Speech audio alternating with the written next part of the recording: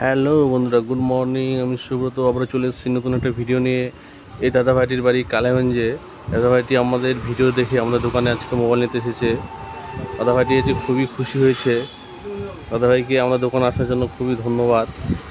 আর সবাইকে ধন্যবাদ যারা যারা আমরা ভিডিও দেখছো, আর যারা যারা লাইক শেয়ার করে আসবে সবার জন্য একটা করে গিফট আর 10% ডিসকাউন্ট আমাদের দোকানের তরফ থেকে দেওয়া হবে। Thank you.